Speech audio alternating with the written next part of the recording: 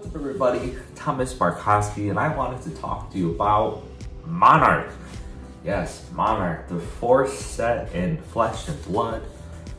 This is my Monarch Unlimited Rainbow Foil Collection set, just personal collection. And we'll start going through the cards, but the reason why I wanted to talk about Monarch is because I believe it's just undervalued. The cards are not appreciated like they should be, and the prices are not where they should be. And if you are interested in investing, not, professional investment advice, but if you're interested in buying something and holding on to it for a little bit, I think Monarch has a really good possibility of giving you some great returns. Now, why do we say this? Let's start with an example. Solana. Now, Prism's LL, no one's playing Solana. We are getting a new Prism in the future. We are getting a new chain in the future. We're gonna have more Rune Blades. We're gonna have more Illusionists. And when we have those Illusionists, they love to buy the cold foils, they love to buy the rainbow foils, they love to deck out every single card within their deck. And Solana is probably $70, $80, maybe $90 for a Fable. You're gonna open 1 in 40 boxes and it's 70, 80, 90 bucks. It's too cheap. The Heart, $500-600 bucks at the time I'm recording this. I have Ophidia, $350, Arcanite Shard, $350, and then we get to Solana, $70-80 bucks for the rainbow foil version. I think it's just too cheap. Now a lot of these other cards are cheap just because Prism LL, she was so good, she's gone. Chain, same thing. He was so good, he's gone, he's LL. So now these Rune Blade cards, these Prism cards are undervalued because Flesh and Blood is a player's market. Now there are a lot of collectors. I consider myself a collector, I consider myself a player. But one thing like Herald of Air Edition, it's a couple dollars, it's a main in all Prisms. This card's never going to be replaced. They would have to, if you're playing CC with 60 cards, they're gonna have to make so many cards strictly better than Herald of Air Edition. And honestly, it's not gonna happen. Arclight Sentinel. Arclight Sentinel can completely ruin whatever it is that you want to do on your turn. Great card, undervalued. Genesis. If a Genesis hits the field against a Prism and you do not kill it, you will lose. That's how good Genesis is. Undervalued. And I just think a lot of these cards are undervalued. Now we're going through here, these are just rares and commons, all super good Prism cards. All these Heralds are good. A lot of these Auras are really good. Talking about Bolton, upside down cards just mean that they're non-foil and then I'm missing the rainbow foil to complete the set. Bolton's a little left to be desired there. He did get the new legendary spirit of, I'm gonna say Irena. Probably said it wrong, whatever it is what it is. Bolton does go Lumina Boomina, but he's not consistent enough or strong enough to top 8 these big events. But the players that are playing Bolton, they are putting a lot of time and a lot of reps, and if you do not play very well against them, you will absolutely lose. Do not think that playing a Bolton is an auto win, because it's not. But Beacon of Victory, great card. In my opinion, undervalued. Lumina, be a Vanguard, undervalued. You can pick these cards up for a few bucks, and it's just, in my opinion, absolutely, it's just bananas. It's completely crazy. Vestige of Soul, like a $40, $50 legendary. Celestial Cataclysm, non-foil version is what, $5 to $8? Like, it's literally a 7 for 0 with Go Again. 7 for 0 with Go Again, and you can pick them up for like $6.50, $7 a piece. Completely crazy. Soul Shield, a D-React that blocks for 6, I put a card in Soul to let you do Prism things. Crazy. What's the price on that TCG player? $5, $6, $7? Like, come on, it's just, they're too cheap. And yes, I understand, they printed 125,000 boxes, blah, blah, blah. Your LGS has 10 cases in the back and they want to sell them to you a case for 200 to 240. You go to an SCG con, Star City Games Convention, they want to sell you 60 bucks a box. You could pull Doomsday. Doomsday is like 30 bucks. You could pull Eclipse. Eclipse is like 50 bucks. I get it. You can pull the one card I don't have for the set, Phantasmal Footsteps, $200 card. Phantasmal Footsteps, probably never going to be power prepped. So, you know, that is the chase card, and I understand that's holding up some of the value because that is really the only card in Unlimited with any real value attached to it. And unfortunately, I don't have one. I think Phantasmal Footsteps is accurately priced in today's market. You can pick one up for about 180 to 220 depending on the day. And for how powerful it is and how good it is, and we're going to have a new prism. James White has said we're going to get a new prism. He has said we're going to get a new chain. So, you know, if you don't have one, I think the market's only going to move up on prism, especially if she comes back and she's really good like she was. She was already so good she LL'd, and only a few heroes have LL'd, Living Legend status. So if you don't have a Phantasmal Footsteps like me, I need to bite the bullet and just pick one up because it's a great, phenomenal card, and I think that's accurately valued in today's market. But I think all these other cards are just not. Valiant Dynamo is like 80 bucks. Like, if you play Kasai and Blitz, Valiant Dynamo can save you 5 life over a course of a game, and that's in Blitz. If we ever have an adult warrior hero, like if Kasai becomes an adult CC hero, Valiant Dynamo should easily be a $150 card. Like, you can say I'm wrong and roast me in the comments, I don't care.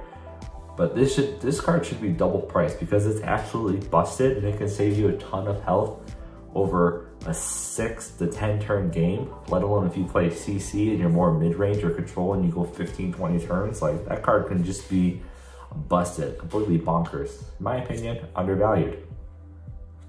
We have our Levia cards.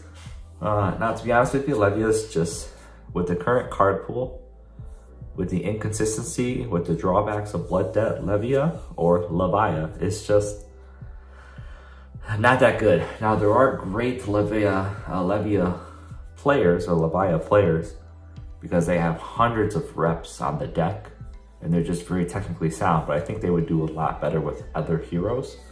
So I can see why these cards are, you know, honestly on the cheaper side.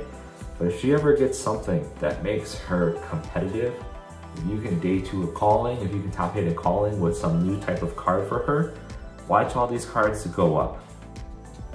Definitely, I think I wouldn't say they're undervalued, but they have a high potential to increase in the future, especially if she gets something that helps her actually be competitive.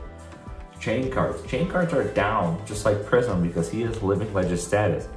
But let's be honest here, Chain is really good. That's why he's a Living Legend. When they come out with the Living Legend format, and let's say there's no bans and you get the Seeds of Agony back, he's gonna be really good. Especially when you're Soul Shackle 3, 4, 5, and your hand is 7, 8, 9 cards, no bans, Seeds of Agony, Eclipse. Like, man, and he's got newer Runeblade cards that he hasn't been able to try out from supplemental sets because he's been Living Legend. Like, he's just gonna be a beast. And all of his Majestics are super cheap. So if you don't have any Chain Majestics, I would recommend you pick him up because he's really good. He's only gonna get better. LSS loves the Rune Blades. So pick them up while they're cheap, like Carrion Husk. Okay, you know, like, I understand, like, yeah, I've never won a calling and I've never won a Battle Hardened and I don't like top 8 a lot, but Carrion Husk is really dang good. And you could pick one up for like 80 bucks, rainbow foiled. Gold foil is like what, 120, 135 maybe? And it's like, it's a chess piece that literally blocks 6. And you can have it until you have 13 health or less and it goes in your banished zone. So it's gonna block 6, and at most it's gonna cost you 2 or 3 life throughout the game once it's in a banished zone. So it's like, it's a completely broken piece of equipment, and it's a shadow equipment. So when they make the new chain, everyone's gonna be running Carrion Husk. In LL format, everybody's gonna want this card. I think this card is so criminally undervalued. 80, 90 bucks for Carrion Husk. Like, seriously, it's one of the best legendaries in the game. And there's no reason why that shouldn't be double the price. Or if not, the same price, Phantasmal Footsteps, and Phantasmal Footsteps like $200. If we don't have a Carrion Husk, I pick one up, because I can't even imagine Carrion Husk being like 30, 40, 50 bucks like a Scabskin Leathers or Brave Force Bracers. I just cannot foresee that, and I can't imagine Carrion Husk being power crept out where you wouldn't play it like the Skullcap was with Crown of Providence in the next, like, at least 5 years. That it would just blow my mind if they made a better card than Carrion Husk, because it's absolutely phenomenal at what it does. Eclipse like 13, 15 bucks. One of the reasons why a lot of people don't want to open Monarch. Let's say you pick up a case for like $240, 60 bucks a box. Same thing with Doomsday. Doomsday is like 30 bucks for the rainbow foil, maybe $35 for the rainbow foil at the time of filming this. You get your 4 boxes, 240 bucks. You open up an Eclipse, you've lost so much money. You open up in Doomsday, you've lost so much money. You open up Phantasmal Footsteps, you made money. You open up Carrion Husk, you might maybe break even. Definitely in the next year or so, you're definitely gonna break even because that card needs to rise for sure. So undervalued. All right, we have just more brute cards. Everybody loves pulping. Pulping's good. Terror Limb for Limb's great. You play a Rhino in Skirmish season. Yeah, you see it's a Limb for Limb with Beast Within, with all their Blood Rush Bellows, and you just die. Sonata. Let's be honest. Sonata price has dropped ever since LSS has banned Bloodchief Skeleta from Crucible of War. You can pick these up for like $2, $3, maybe $4 a piece. And it's just way too cheap. Like honestly, you get cards back, you deal arcane damage. Now you can whiff, of course, you can whiff. But the upside of this in the game, like Sonata can just straight up win you games. That's how good it is. And for being $3, $4, in my opinion, it is criminally undervalued. Exude Confidence, great Majestic. Nourishing Emptiness, great Majestic. Rouse the Ancients, great Majestic. That's probably the only Majestic over $10 in the set right now in beginning of February 2023. If you go to TCG Player, it's like 12, 13 bucks per copy. Absolutely great with Oldhim and Bravo.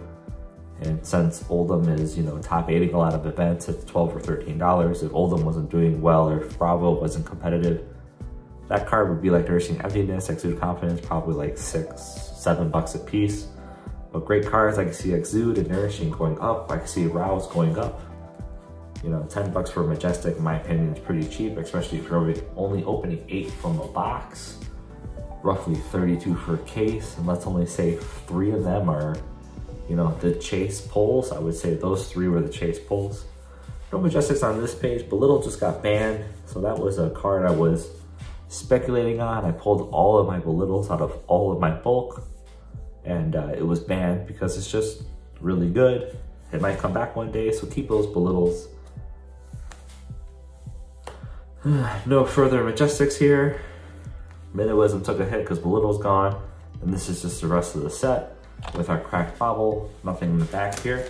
But overall, I just believe that Monarch as a whole is just an undervalued set. It's an underappreciated set. The boxes are going to dry up.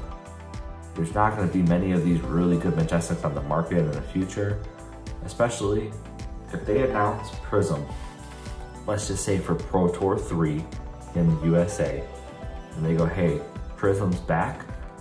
Luminaris, Herald, Genesis, they're going to shoot through the roof. If they announce Chains back, Carrion Husk, Shadow Puppetry, other cards like Sonata are going to shoot through the roof. And right now, I think they're super cheap. We've seen that. I know these are commoner decks. Welcome to Wraith has gone from a $50 box to like a $75, $85 box in the last couple months. Arcane Horizons, back up to 100, 110, 120, 130 a box, USD. Monarch is slowly going up. Tails is slowly going up. If we rewind a year ago, nobody wanted this product. People were fire selling it on eBay, TCG Player, at the LGS for super cheap. If you weren't able to take advantage of those cheap prices, I would at least recommend getting some of these singles. Like, if you only open 1 per 10 cases or 40 boxes of a library, and you can buy one online for 80, 90 bucks, maybe in the Facebook Marketplace or in the Discord channel, you could even pick it up for cheaper if you do like a bundle where you could trade for it. Like, grab one. Prism comes back, or maybe Prism's an absolute banger in PvE, which we know we're gonna get PvE eventually. Like, you're gonna want Solana. It's the same thing with Tails. Like, Corsham has exponential possibility to increase. And I think people are just sleeping on these Monarch cards because Prism's gone, yes. Chain is gone, yes. Bolton and Levia aren't very good, yes. But if either of those heroes come back, new Prism, new Chain, which we are getting sometime, when, we don't know, these cards will go up. If Bolton or Levia becomes competitive, these cards are going to go up. So overall, that's my 2 cents on Monarch. Tell me I'm wrong, disagree with me on stuff. That's cool. If you like it, leave a comment, leave a like, subscribe, I would appreciate it. But this was just me ranting on Monarch. Have a great day.